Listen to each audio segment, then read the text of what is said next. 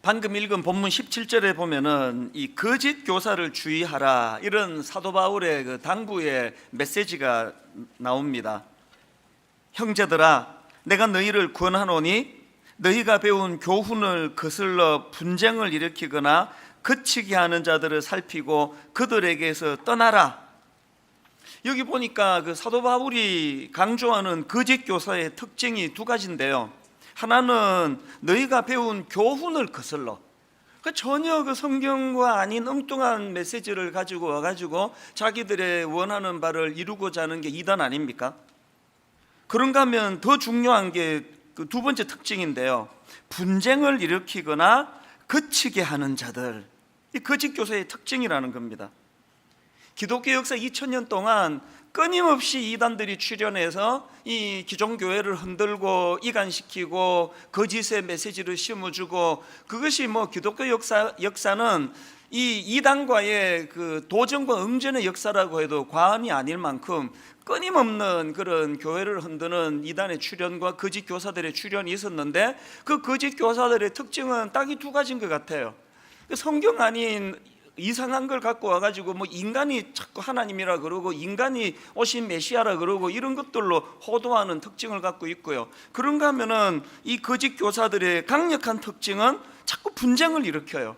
거치게 만듭니다. 그렇게 사랑하는 교회였는데 오해하게 만들고. 이게 왜 중요한 메시지가 되는가 하면, 지난주에 우리가 살펴보지 않았습니까? 로마 교회는 유대인과 이방인, 노예와 자유인, 여성과 남성, 이런 식으로 그 당시 사회적으로 서로 배척하고 미워하고 원수처럼 지내던 사람들이 교회 안에서 그런 세상적인 것들을 뛰어넘는, 주 안에서 그리스도 안에서 하나 되고 용납하고 포용하고, 이런 아름다운 모습을 이단들이, 거짓 교사들이 이것을 해방 놓는 거, 이게 거짓 교사의 모습이라는 겁니다. 그러고 보면은 사단은 이 이간질의 대가예요. 말도 되지도 않는 그런 말씀을 같이 공부하자 그러면 누가 거기 응하겠냐고요. 최근에도요, 뭐 이단이 우리 순장님에게 접근해서 포섭을 하려고 그렇게 다가왔을 때 그 순장님이 그 사람을 맞상대하지 않아요. 그냥 자기 교구 목사님에게 이런 일이 있었습니다라고 그냥 보고만 하면 돼요. 그 교회에서 다 도와주거든요. 근데 왜 보고를 안 합니까? 이 불신이 싹 트여 있기 때문에. 불신이. 최근에 우리 딸한테도 그 이단이 접근을 해가지고요, 학교 가는데 그 심리검사 안 받아보지 않겠냐고, 공짜로 심리검사 받게 해준다고 그러니까 귀가 솔깃해지는 거 아닙니까? 그런데 그 뒤에는 이제 성경 공부 같이 한번 해보지 않겠냐고. 그런 식으로 이 본문 그대로예요. 너희가 배운 교훈을 거슬러, 그 다음에 이제 교회를 사랑하는 마음을 빼앗고 분쟁하게 만들고 그 그치게 하는 그런 일들을 행한다. 이게 오늘 17절에서 사도 바울이 말하는 거짓 교사의 특징이라는 겁니다. 이런 관점으로 보면 저는 오늘 현실이 참 마음이 아파요. 사단은 이간질의 대가인데 거기에 우리 목회자들부터가 잘못한 게 참 많다고 생각합니다. 그게 자꾸 그렇게 불신을 당하게 되는 거 아닙니까? 지난주에도요, 우리 교회 어떤 청년이 제 설교를 듣고는 저한테 뭐 아주 굉장히 강하게 항의하는 메일을 보내왔습니다. 왜 이분이 이렇게 그 화가 났느냐? 내용이 이렇습니다. 지난 주일 설교 달라서 아름다운 우리라는 제목의 설교 도중에 목사님께서 현재 대한민국은 보수와 진보가 싸우고 있다고 하셔서 안타깝다고 말씀하셨습니다. 순간 제 귀를 의심했습니다. 보수란 자유주의로서 종교개혁을 통해 가톨릭의 그릇된 행위로 구원을 받는 것이 아니라 오직 하나님의 은혜로 구원을 받는다는 신앙의 자유에서 시작된 사상입니다. 그러면서 이제 막 엄청나게 이제 막 과격하게 그렇게 그 비난하는 글을 보내왔더라고요. 제가 그 글을 보면서 그 참 마음이 아프면서 또 형제가 지금 오해하고 있는 게 뭐냐? 그 제가 사전을 다 찾아봤습니다. 이 진보 이거를 그 사전을 찾아보니까요, 역사 발전의 합법 직성에 따라 사회의 변화나 발전을 추구함, 또 보수, 새로운 것이나 변화를 적극적으로 받아들이기보다는 전통적인 것을 옹호하며 유지하려 함, 이런 원론적인 사전적인 의미, 그것보다 우리가 다 알고 있잖아요.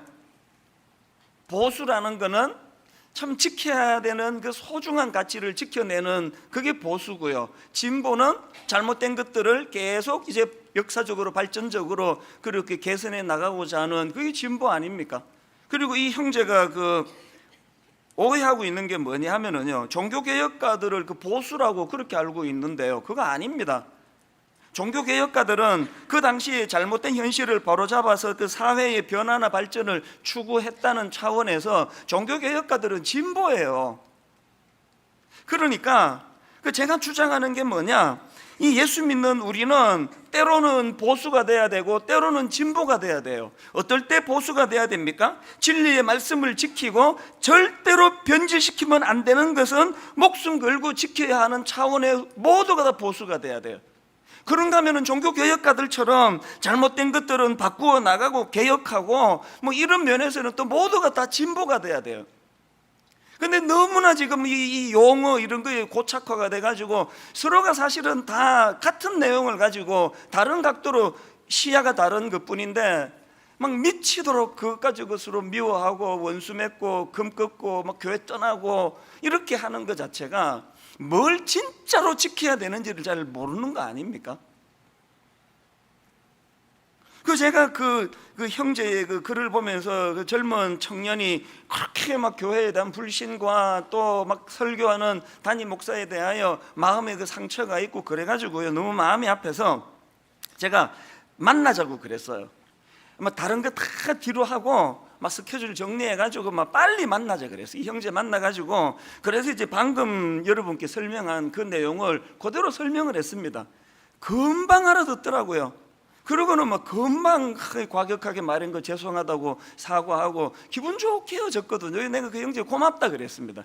형제가 이런 글을 보내줬기 때문에 이거를 또 다른 오해하는 분이 있을 텐데 설명할 수 있는 기회를 줘서 고맙다고. 여러분, 밥 먹을 시간도 없이 바쁜 제가 왜 다 제끼고 그 형제를 급하게 만났습니까? 사단은 이간질의 대가니까 자기 담임 목사에 대해서 이런 식으로 사상이 삐딱하게 잘못되어 있다는 식으로 한쪽으로 치우쳐져 있다는 식으로 오해하고 있는 이거를 빨리 풀어줘야 오늘 주일 설교에 은혜를 받을 거 아닙니까? 근데 급하게 만나자 그랬고 잘 수용을 해줘서, 그래서 저는 우리 부교역자들에게 항상 이야기를 해요. 어떤 경우라도 우리 목회자들은 말도 조심하고 행동도 조심해야 된다. 왜? 우리가 자칫 잘못하면은 성도님들이 교회에 대한 불신을 갖게 되고 그게 사단에게 공격당할 수 있는 좋은 재료가 되기 때문에 어떤 경우라도 우리는 오해를 사는 일은 하면 안 된다. 늘 조심, 또 조심해야 된다. 제가 그 형제와 대화하면서 정말 더 조심해야 되겠다. 여러분, 이제 더 조심할 거거든요. 여러분에게도 제가 눈물로 호소합니다. 교회를 믿으셔야 돼요. 목회자들을 믿으셔야 됩니다. 상식에 벗어나는 그런 일들은 하지 않습니다. 그래서 아까도 우리 교역자 하나가 메일이 왔더라고요. 목사님, 저도 다시 명심하겠습니다. 이 교회가 커튼 뒤에 뭐가 있고 성도들이 들여다보면 시험에 들게 하는 이런 거 있으면 그거는 그것 자체가 그게 악한 일이에요. 뭘 들여다보더라도 잘못 생각하는 거 있으면 가르쳐주면 고치면 되는 거고, 오해하는 거 있으면 풀면 되는 거고, 그렇게 서로가 하나가 돼야 거짓 교사가 발 디딜 틈이 없는 교회가 될 줄로 믿습니다. 이런 의미에서 저는 오늘 본문을 보면서 2000년 역사 동안 계속 교회를 이간질하고 교회를 그렇게 분쟁으로 빠뜨리려는 이 공격이 점점 더 심해지는데, 어떻게 하면은 저나 성도님들이 한 마음이 되어서 이 거짓 교사의 공격으로부터 우리가 이겨낼 수 있을까? 그런 의미에서 오늘 본문이 참 중요한 의미를 갖고 있다고 생각합니다. 오늘 본문에 보면은 사도 바울이 이 거짓 교사와 관련해 가지고 세 가지 호소를 로마 교회 성도들에게 하는 것을 볼 수가 있는데요. 첫 번째 호소가 뭐냐? 이 거짓 교사를 분별할 수 있는 영적인 시야를 갖추어야 한다는 겁니다. 17절입니다.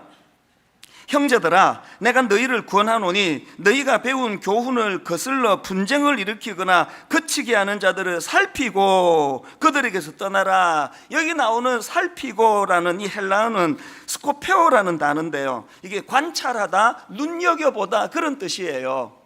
아니면 목사님이 저거는 이단이래 그래서 그냥 떠나고, 이것도 뭐 순종해서 좋지만요, 여러분에게 그런 통찰력, 영적인 시야가 있어야 돼요. 누가 그냥 뭐 와가지고 뭐라고 하면 딱 들어보고, 아이 이건 복음이 아니네, 이런 분별력이 없으니까 뭐 걸핏하면 넘어가는 거 아닙니까? 나는 자다가 일어나 생각을 해봐도요, 어떻게 인간이 영생불사하는 신이라고 그렇게 가르치는데 거기에 넘어갈 수가 있느냐고요. 에베소서 4장 14절에 보면은 이는 우리가 이제부터 어린아이가 되지 아니하여 사람의 속임수와 간사한 유혹에 빠져 온갖 교훈의 풍조에 밀려 요동하지 않게 하려니라. 오늘 한국교회 안에 이 어린아이 같은, 영적으로 어린아이 같은 분이 너무 많으신 거 아닙니까? 툭 건들면 요동하고 툭 건들면 흔들리고. 왜 이렇게 요동이 심한가? 대답 간단해요. 영적인 시야가 없어서 그래요. 영적인 시야가 왜 없습니까? 말씀을 죽으로가 안 읽는데, 말씀을 묵상하지 않는데, 진리를 모르는데 당연히 그 흔들리는 거 아닙니까? 그래서 저는 이제 로마서가 오늘로서 끝이 나고요, 이제 다음 주일부터 사도신경 강해를 준비하고 있습니다. 너무너무 기대가 돼요. 기독교 2000년 역사 가운데 이 성경을 몇 마디로 압축해 놓은 진리의 엑기스가 사도신경이거든요. 그 한 문장 한 문장을 이제 같이 나눌 거로 생각하니까 막 준비하면서 지난 몇 주 동안에 막 너무너무 신나고 감사하더라고요. 저희 교회가 개척하고 초기에 사도신경을 암송하다가 예배가 온데 사도신경 외우다가 어느 단계에서 사도신경을 뺐습니다.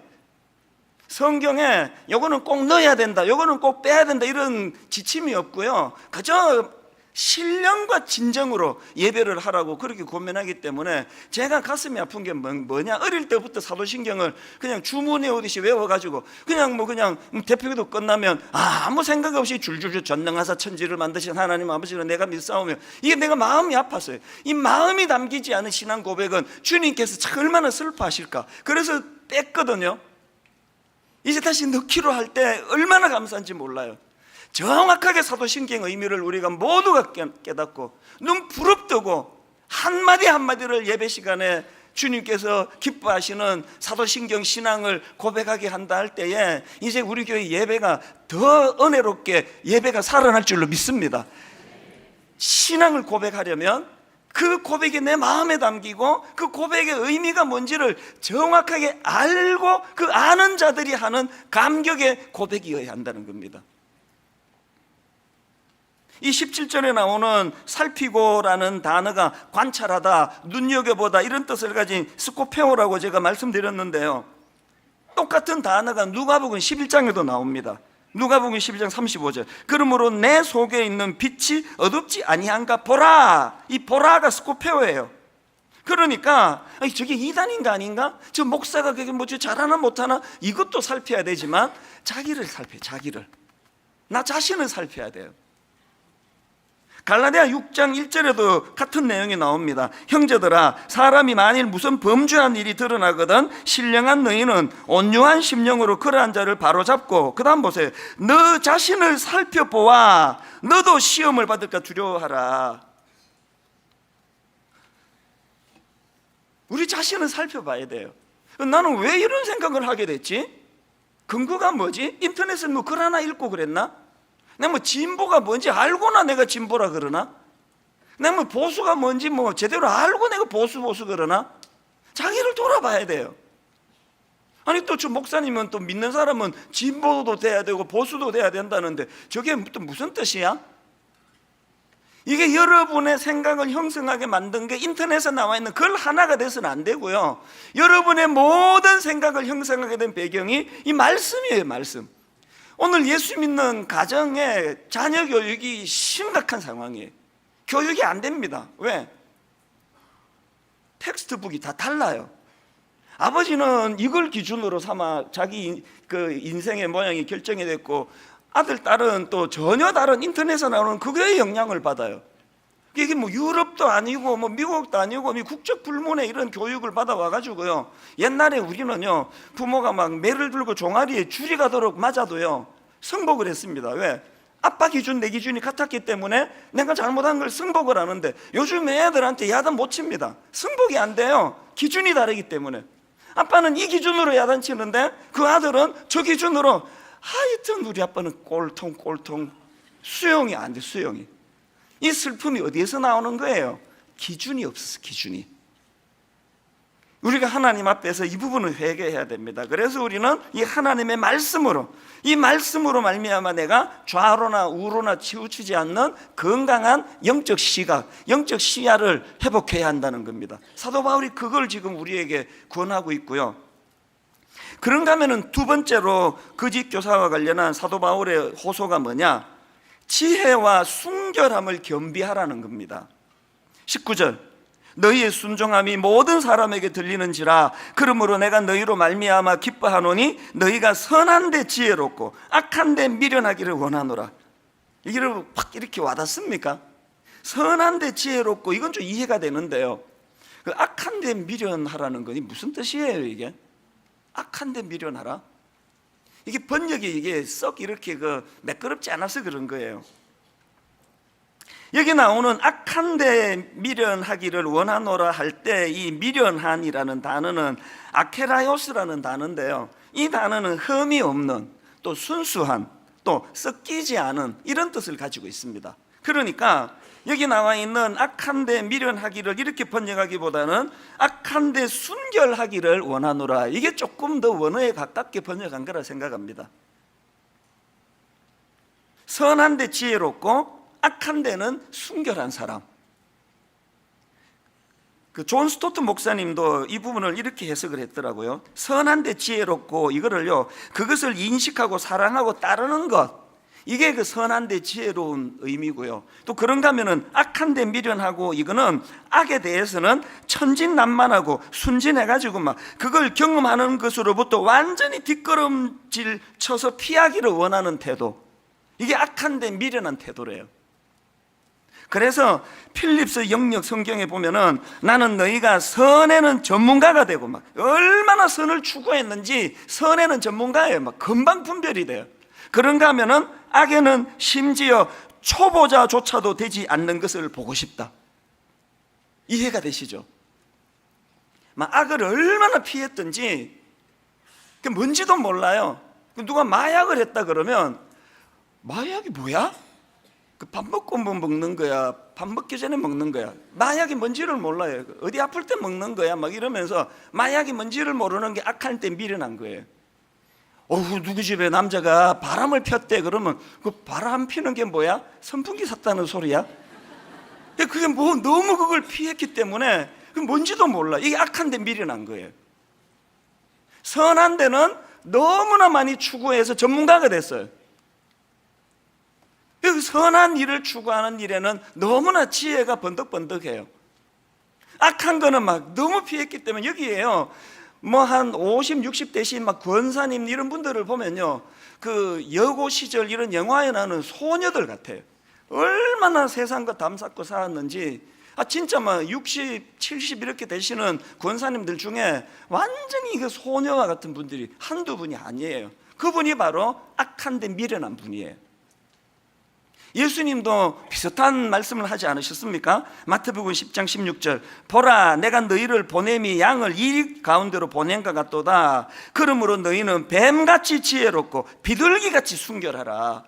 비둘기같이 순결해야만 되는데 그것만 갖고는 모자라는 게 뭐예요? 세상이 너무나 악한 지혜가 번덕번덕이기 때문에 순진하게 순결만 해갖고는 안 된다는 거예요. 그래서 이 선한 일을 추구하는 일에는 전문가처럼 막 지혜가 번덕번덕하면서, 어제도 서울에서 퀴어 축제가 열리지 않았습니까? 작년에도 그랬고요, 올해도 그랬고 내년에 또 그럴 거예요. 저는 이맘때가 되면은 잠을 못 이루어요. 너무 괴로워서.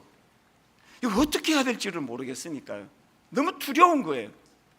현실적으로 지금 그 동성애라는 이거가 우리나라에 들어오고 나서 여러분 다 아시잖아요. 인터넷 같은 데 보면은 그 중학교 어린애가 고등학교 어린애가 뭘 알아가지고 남자가 남자와 성관계가 있는데 파트너가 필요합니다. 그 자기들만의 그 언어 용어를 가지고 그렇게 모집을 하고 실제로 그렇게 만나고 그런 어떤 부작용이 일어나고 이런 일들이 지금 현실적으로 일어나고 있는데 이제 막 대놓고 막 서울시청에서 그런 식으로 막 그 음란한 모양과 사진을 가지고 막 프레이드를 하고 하는 이것들이 이제 해가 갈수록 점점 심해질 텐데 유럽, 미국 우리 다 보고 있지 않습니까? 이거 어떻게 해야 되나? 그게 잠이 안 올 만큼 두려운 게요. 이 간단한 게 아니에요. 그냥 뭐 피켓 들고 막 그냥 막 악플 달고 욕하고 이래서 될 문제가 아니거든요. 안 그래도 지금 젊은이들에게 교회 이미지는 점점 꼴통, 이 뭐 그냥 막 상종하기가 힘든 그런 이미지로 자꾸 굳어지는데 그냥 그런 식으로 막 무대뽀로 그래가지고는 이게 뭐 복음의 문이 닫혀버리면 뭐 동성애고 뭐고 간에 이 뭐 기독교의 이 존립이 지금 흔들리는 거 아닙니까? 그러니까 진짜 뱀처럼 지혜로워야 돼. 너무너무 지혜로워야 되니까 비둘기처럼 또 순결해야 되니까 너무 어려운 숙제에 맞닥뜨려 있으니까 잠이 안 오는 거예요. 이거 어떻게 해야 되나 이거 앞으로. 게다가 또 주님이 우리에게 요구하시는 건 뭐예요? 죄는 미워하지만 사람은 미워하면 안 된다. 어떤 경우라도 동성애자들에 대하여 증오하고 저주하고 그러면 안 된다.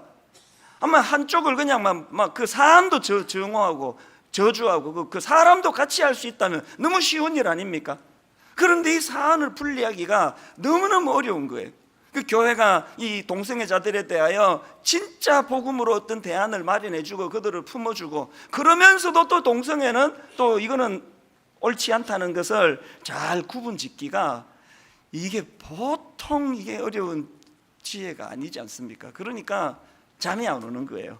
이거 어떻게 해야 되는 거지? 저나 여러분 모두가 다 인간의 지혜로는 이게 답이 안 나오기 때문에 성령님께서 주시는 뱀같이 지혜롭고 성령님이 주시는 비둘기 같은 순결함을 가지고 현실의 이런 무거운 문제들을 잘 복음 안에서 풀어나갈 수 있기를 주님 이름으로 축복합니다. 그런가 하면은 마지막 세 번째로 거짓교사와 관련한 사도 바울의 호소가 하나 더 있습니다. 승리에 대한 확신을 가지라는 겁니다. 자, 20절입니다. 평강의 하나님께서 속히 사탄을 너희 발 아래에서 상하게 하시리라. 또 26절, 이제는 나타나신 바 되었으며 영원하신 하나님의 명을 따라 선지자들의 글로 말미암아 모든 민족이 믿어 순종하게 하시려고 알게 하신 바 그 신비의 계시를 따라 된 것이니 이 복음으로 너희를 능히 견고하게 하실 지혜로우신 하나님께. 여기서 계속 강조되는 건 주체가 하나님이라는 거예요. 하나님께서, 평강의 하나님께서 속히 사탄을 너희 발 아래에서 상하게 하시리라.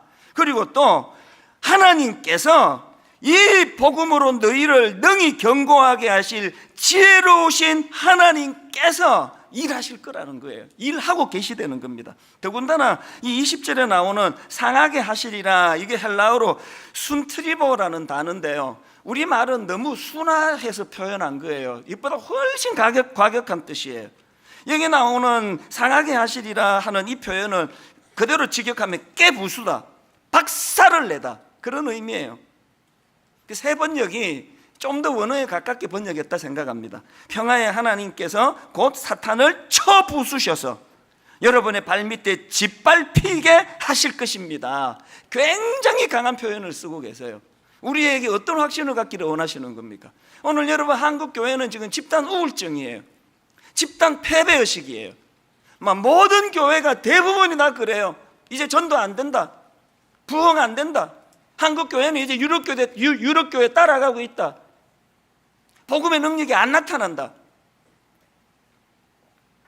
오늘 이런 가슴 아픈 집단 우울증에 걸린 것 같은 한국 교회를 보면서 뭐가 문제일까?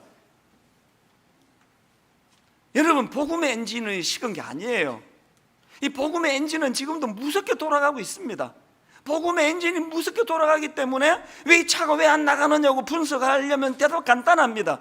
무서운 복음에 돌아가는 복음의 엔진에 기아를 1단으로 집어넣어 가지고 이 엔진, 무섭게 돌아가는 엔진과 바퀴와 연결되는 기아가 연결이 되면은 차는 앞으로 나갈 줄로 믿습니다. 뭘 보고 이렇게 말씀을 드리느냐, 오늘도 사실은 이 무기력해 빠졌다고 그렇게 단시간은 현실이지만 여전히 복음으로 놀라운 역사가 일어나고 있거든요. 최근에 개봉된 교회 오빠, 2년 전에 고난주간에 한번 설교 자체를 빼고 그 다큐멘터리를 1시간 같이 보지 않았습니까? 그리고 예배 시간에 못 오신 분들을 위해서 또 편집해가지고 그 교회 오빠를 보내줬는데요, 그분이 가슴 아픈 일이지만 하나님께서 그를 불러가셨어요. 그렇게 소천했습니다. 이 교회 오빠는요, 그 이후를 배경으로 만든 내용이에요. 앞에 중복되는 것도 많지만 그 뒷부분의 내용이 저는 뭐 그걸 뭐 열 몇 번 받는 사람 아닙니까? 영화로 보는데 또 충격이 돼요. 또 충격이. 그 교회 오빠라는 이 다큐멘터리 영화가 딱 내 머릿속에 두 그림으로 딱 각인이 박혀져. 두 그림으로, 이 대조적인 두 그림. 그 교회 오빠라는 영화의 첫 번째 강력한 그림이 이거예요. 그 교회 오빠 이관희 집사님의 절규, 하나님 저희 가정 이러다 다 죽게 생겼습니다. 이게 그림이에요. 그림. 그분의 그림. 죽을 것 같다. 이게 절대 그게 과장스러운 절규가 아닌 게요, 그 가정 여러분 아시죠? 내가 설명 다 드렸잖아요. 이제 첫애 낳고 산모가 산후조리원에서 이제 조리하고 나오는 날, 이게 무슨 이게 그런 공교로운 일이에요. 첫애 낳고 산후조리원에서 몸 풀고 나오는 날 남편이 대장암 사기랜다, 그 소식을 들은 거 아닙니까? 그리고 좀 있다가 가슴 아픈 어머니의 또 죽음.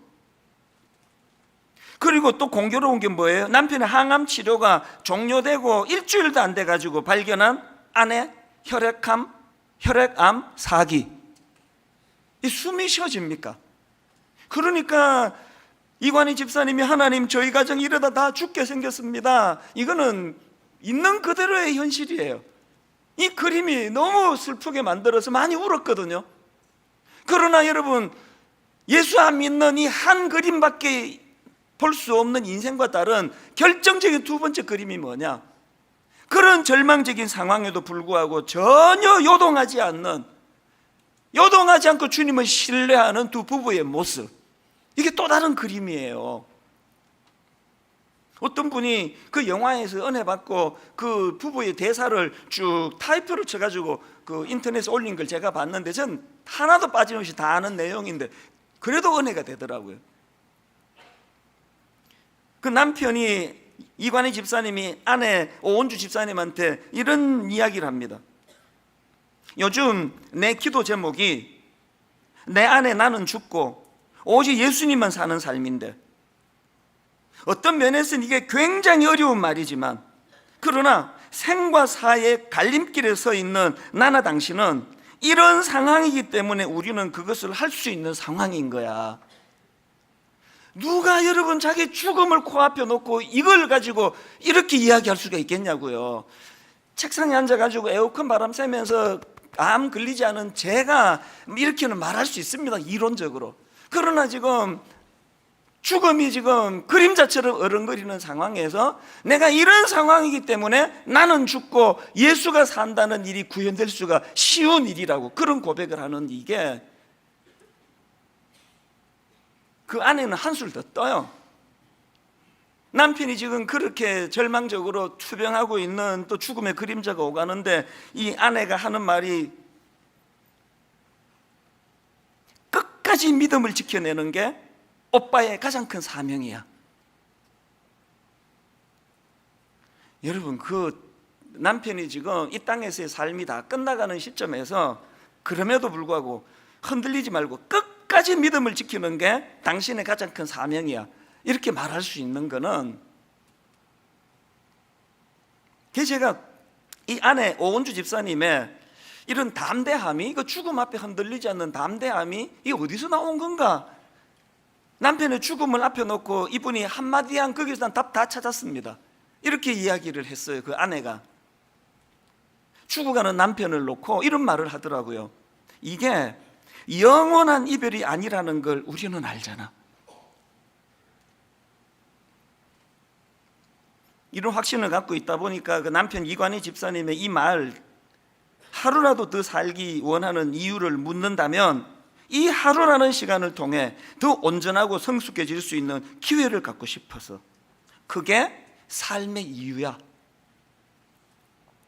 육신을 가졌기에 똑같이 하나님, 이러다 우리 가정 다 죽게 생겼습니다, 눈물로 처절하게 고백하지만, 그러나 또 한편으로는 이 죽음의 두려움이 엄습하는 그 상황에서도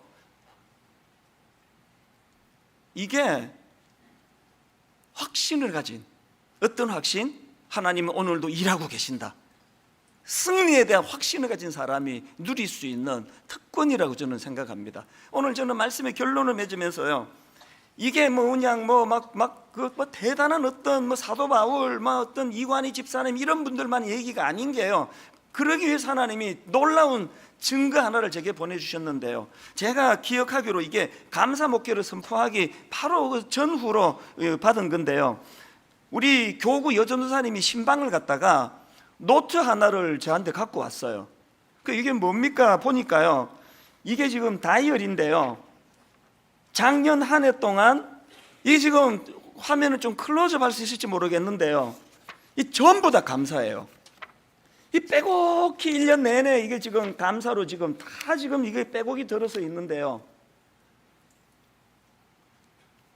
이분이 어떤 상황에 지금 놓여 있느냐, 어릴 때 어머니로부터 버림받은 기억, 그 상처, 그 어린 아픈 기억을 갖고 있는 분이고요, 그리고 너무너무 가난 속에서 어려움을 겪었는데 이후로도 계속 지금 미술학원을 운영하다가 이거 실패해가지고 부채만 떠안고 가게를 정리했고요, 그리고 그 과정에 2번의 교통사고를 또 당해요. 불행은 늘 겹쳐서 오는 거 아닙니까? 그래서 지금 육신도 또 정서적으로도 굉장히 어려운 시간, 게다가 또 우울증이 와요. 그런 상황인데, 여러분 그 상처받은 치유자라는 말 들어보셨습니까? 이분은요, 이게 예수 믿는 사람의 특징이에요. 2중 3중으로 엄청난 상처 가운데 있었지만 자기는 자기가 받은 그 상처야말로 많은 아이들 상처를 치료할 수 있는 이게 재료가 될 수 있다. 그래서 이분이 억지로 꿈을 가지는 거예요. 재기해야 되겠다. 지금도 힘든 그런 과정에 있는데, 여러 가지 어려움 중에서도 상당 공부를 하고 그러면서 어려움을 극복해 가면서 어린아이들에게 이 미술을 지도하는 일을 돕고 있고 꿈을 꾸고 있다는 거예요. 그 과정에서 써내려간 감사가 이렇습니다. 그 과정에서 제가 참 놀랐던 게 뭐냐면요, 이 전도사님 이걸 전해주는데 여기에 이 A4 용지 하나가 또 더 있더라고요. 이게 뭐냐 보니까 본인 스스로가 다짐하는 그 지침서 같은 거예요. 맨 위에 빨간 글씨로 이렇게 써놨더라고요. 감사 일기, 그리고 그 옆에다가 가능한 눈 뜨자마자 큐티를 하고 하루를 시작한다. 이 결의가 뭐예요? 이런 그 어려움 속에 자기가 감사로 이걸 극복하겠다는 의지가 자기 안에서 나오는 게 아니라 말씀으로부터 시작하겠다는 의지 아닙니까? 말씀의 영향을 받겠다는 거예요. 그러면서 이게 지침을 써놨어요. 1. 눈 떠서 시작해서 그 하루 전부를 생각해보고 감사를 적는다. 관로하고 소소한 감사, 슬픔, 어려움을 통한 감사, 기대, 소망을 적는 감사, 과거, 현재, 미래의 감사, 그리고 예일 이렇게 적어놨어요. 예를 들어 가지고요, 아무 감사도 못 느끼고 아무 일도 없을 때 땡땡, 하루 종일 사고도 없고 무탈해서 감사합니다. 이게 자기가 이런 식으로 감사하자고 사례를 적은 거예요. 그리고 예이, 환경이 너무 안 좋을 때, 현실이 너무 안 좋을 때 관로하고 현실, 슬픔과 괴로움, 힘듦을 적으며 변화를 위한 기도도 함께 적는다. 그리고 선포한다. God is good. 느낌표. 뭘 의미하는지 아시겠죠? 도저히 오늘 하루 내 삶이 너무 무거워 감사할 거리가 없는 그날에는 미래를 꿈꾸면서 여전히 하나님은 선하신 분이다. 이걸 내가 선포하겠다. 이걸 보고 내가 깨달은 게 뭔지 아십니까? 이분이요, 이런 어마어마한 감사를 매일매일 이걸 적어 나갈 수 있게 된 원동력은요, 투쟁하듯이 감사해. 투쟁하듯이. 나 이 지금 학원 실패하고 어릴 때 엄마한테 버림받았던 그 기억이 여전히 내게 상처가 되고, 나는 아무것도 할 수 없는 인간이라고 자기를 그렇게 짓누르는 공격이 있을 때마다 이거에 투쟁하듯이 싸우는 거예요. 그래서 아침에 눈 뜨자마자 말씀으로, 큐티로, 하나님은 좋은 분이라고, 하나님이 나를 위해 일하신다고, 오늘 힘들면 내일 회복시켜 주실 거라고. 저는 오늘 결론을 이렇게 맺기 원합니다. 로마서 전체를 마무리하면서 로마서 1장 16절, 내가 복음을 부끄러워하지 아니하노니 이 복음은 모든 믿는 자에게 구원을 주시는 하나님의 능력이 됨이라. 또 17절, 복음에는 하나님의 의가 나타나서예요. 복음에는 하나님의 의가 나타나서 믿음으로 믿음에 이르게 하나니 기록된 바 오직 의인은 믿음으로 말미암아 살리라 함과 같으니라. 이거 전해준 그 교구 여준사님이 밑에 한 줄을 더 써놨어요. 또 다른 집이에요. 이건 미국 유학 간 아들이 도박에 빠져 헤어나오지 못하는 상황에서 분당 우리 교회에 오시게 되어 눈물로 예배드리고 감사함으로 인내하며 도움을 구하던 중 극적으로 아들이 10년 만에 도박에서 돌이키게 되었다고 합니다. 우리 교회 안에 그리스도 사랑 안에서 인내하고 수고하고 섬기는 많은 무명의 성도들이 계신 것이 전도사인 저에게도 도전이 되고 귀감이 됩니다. 누가 복음이 죽었다 그래요? 누가 전도가 안 된다 그래요? 누가 한국교회 희망이 없다 그래요? 희망이 없는 건 믿음 없는 자기예요. 오늘도 여전히 엔진은 무섭게 돌아가고 있고, 그 복음의 엔진에 바퀴로 연결하는 기아를 1단으로 넣은 인생들마다 오늘도 삶 속에서 복음이 역사를 내는 줄 믿으시기를 바랍니다. 우리는 진정한 보수예요. 진정한 진보예요. 절대로 바꾸어서는 안 되는 거는 목숨 걸고 지켜나가면서, 그 사소하고 쓰잘데없는 거, 이까지 이념이 뭐예요? 정말 지켜야 되는 거, 서로 사랑하는 거, 서로 용서하는 거, 서로 하나 되는 거. 접근 방식이 좀 다르고 생각이 좀 다르다 할지라도 복음이 능력이라는 것을 다음 주부터 사도신경 공부를 하면서 깨달아가고, 그것이 삶에 어떻게 나타나는가를 철저하게 여러분과 여러분 가정이 맛보게 되는 그런 주님의 자녀들이 모인 교회가 되기를 주님 이름으로 축원합니다. 로마서 공부하면서 종종 불렀던 찬양, 예수는 내 힘이요 나의 기쁨 내 참 소망, 그 이름의 생명이 내 삶의 이유라. 우리 가사를 생각하시면서 우리 한번 이 찬양 다시 불러보기 원합니다. 교회 오빠, 그 다큐멘터리에 나오는 그 두 부부처럼 이 감사 노트를 절대로 지금 감사할 수 있는 상황이 아닌데 이를 악물고 눈물을 머금고 이렇게 깨알 같은 글씨로 써내려가는 우리 교회 이 성도님처럼 아버지 복음이 저에게도 나타나기 원합니다. 이것이 내게 영향을 미치는 능력이 되기 원합니다. 이런 사모하는 마음으로 함께 찬양하십니다.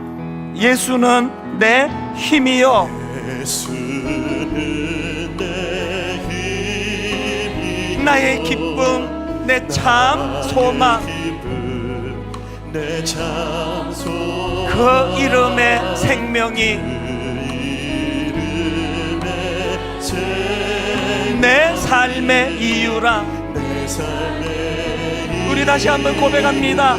예수는 내 힘이요, 예수는 내 힘, 나의 기쁨 내 참 소망, 나의 기쁨 내 참 소망, 그 이름의 생명이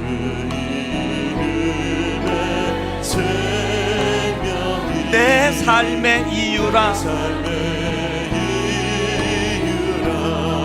오직 주만 따라갑니다. 오직 주만 따라갑니다. 오직 주만 높임 받으소서. 오직 주만 높임 받으소서. 내 평생에 내 평생에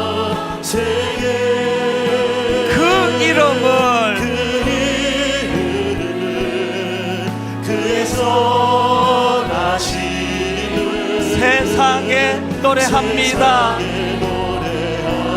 그 이름의 크신 능력,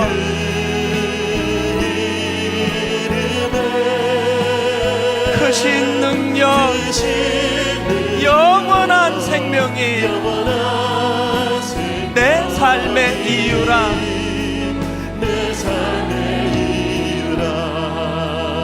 일부 예배가 마치고 교육찬사님이 왔어요.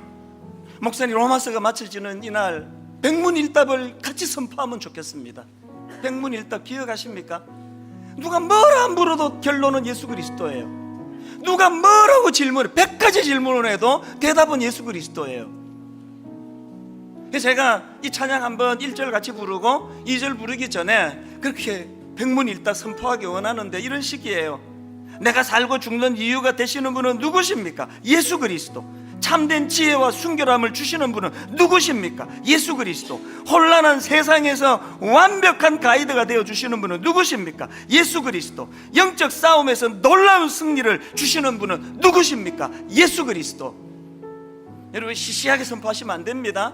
우리 다시 한번 로마서를 닫고 사도신경으로 들어가기 전에 이 한 가지 진리는 내 마음에 새겨지기 원합니다. 1절 부르고 사이에 제가 백문일답 100가지 질문을 드려도 여러분은 주먹을 불끈 쥐고 선포하십시오. 예수 그리스도, 예수 그리스도, 예수 그리스도. 우리 다시 한번 이 찬양 부르시고 결의에 찬 선포를 하고, 그리고 2절 부르고 함께 기도하는 것으로 예배를 마무리하려고 합니다. 예수는 내 힘이요, 예수는 내 힘, 나의 기쁨, 내 참 소망, 나의 기쁨, 내 참 소망. 그 이름의 생명이 이름의 생명, 내 삶의 이유라. 내 삶의 이유라. 오직 주만 따라갑니다. 오직 주만 따라, 오직 주만 높임 받으소서.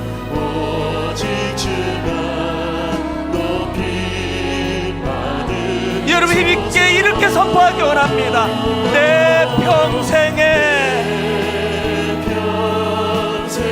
그 이름을, 그의 선하심을 그의 선하심 세상에 노래합니다. 세상에 노래합니다. 그 이름의 크신 능력,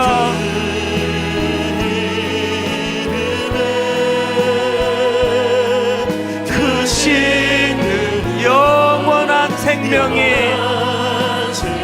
내 삶의 이유라. 내 삶의 이유라. 여러분, 주먹을 불끈 쥐고 그 이름을 선포하기 원합니다. 내가 살고 죽는 이유가 되시는 분은 누구십니까? 예수 그리스도. 참된 지혜와 순결함을 주시는 분은 누구십니까? 예수 그리스도. 혼란한 세상에서 완벽한 가이드가 되어 주시는 분은 누구십니까? 예수 그리스도. 영적 싸움에서 놀라운 승리를 주시는 분은 누구십니까? 예수 그리스도. 가장 먼저 나 자신에게 전해야 될 복음은 무엇입니까? 예수 그리스도. 온 세상에 전해야 될 복음은 무엇입니까? 예수 그리스도. 우리 모두가 소리 높여 찬양해야 될 이름은 누구십니까? 예수 그리스도. 그 주님의 이름을 찬양하기 원합니다. 내가 사나 죽으나 내가 사나 죽으나 그 이름을 위하여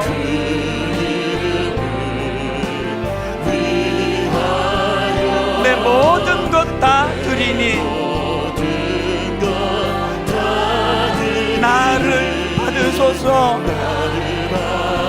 다시 한번. 내가 사나 죽으나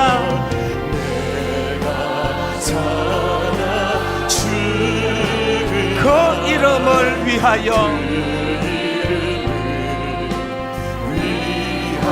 내 모든 것 다 드리니 나를 받으소서. 우리 한번 이렇게 결단하며 오직 주만 따라갑니다. 오직 주만 따라 혼미한 세상 가운데 오직 주만 높임 받으소서.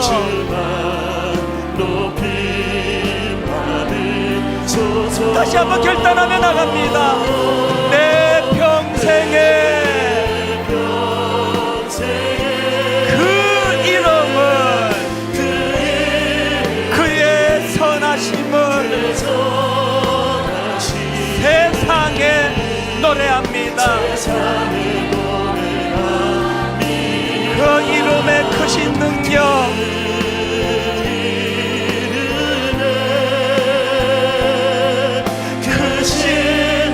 영원한 생명이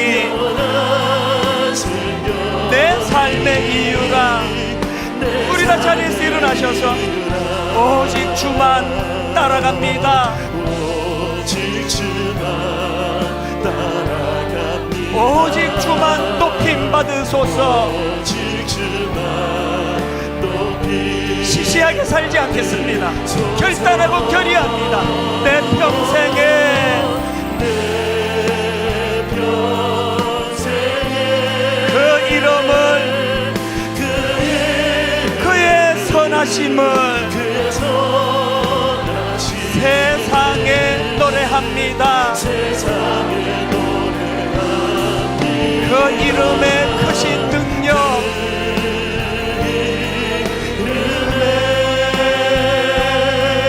크신 영원한 생명이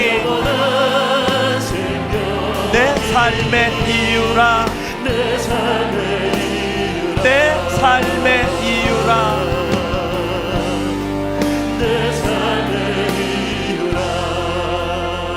오늘 주신 말씀 가지고 아버지, 그 교회 오빠 이관희 집사님처럼 이 감사 노트를 그 어려운 상황 속에서도 상황에 무너지지 않기 위하여 빼곡히 감사를 적어나간 이 성도님처럼 저도 복음의 능력이 좀 나타나기 원합니다.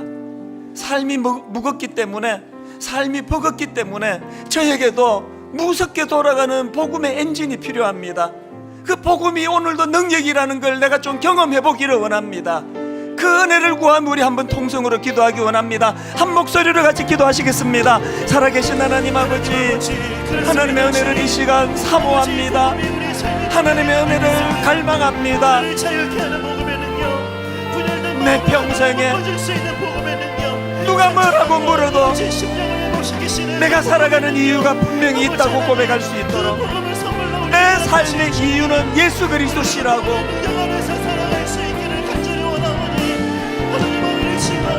하나님 아버지,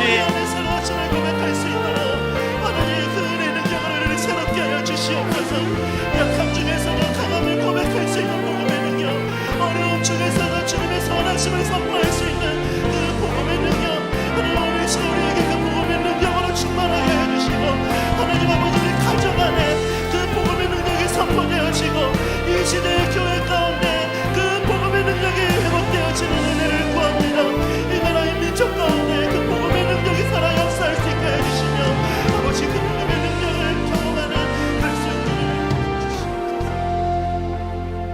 하나님 아버지, 현실적으로 교회가 조롱을 당하고 교회 지도자들은 불신을 당하고 믿을 수 없는 존재가 되어버렸다고 탄식하는 시대에, 그래서 예수 그리스도의 이름이, 그 능력이 더 이상 나타나지 않을 것처럼 그렇게 낙심하는 이 시대에, 그러나 여전히 복음은 능력으로 나타나고 있고 그 복음에 가까이 손을 맞잡고 나아가는 자들은 무서운 복음의 엔진이 돌아가는 그곳에, 바퀴가 맞물려 있는 그곳에는 늘 거기에 놀라운 복음의 능력으로 달려가는 역사가 나타난다는 것을 우리 이관희 집사님이나 우리 교회 어느 성도님이나 10년 동안 도박 중독에 빠져 낙심하며 기도에만 해왔는데 그 아들이 되돌아와 이렇게 기뻐 노래를 부르며 하나님께 감사하는 그런 가정들처럼 오늘 저희들의 삶에도 인생이 너무 버겁고 무겁기 때문에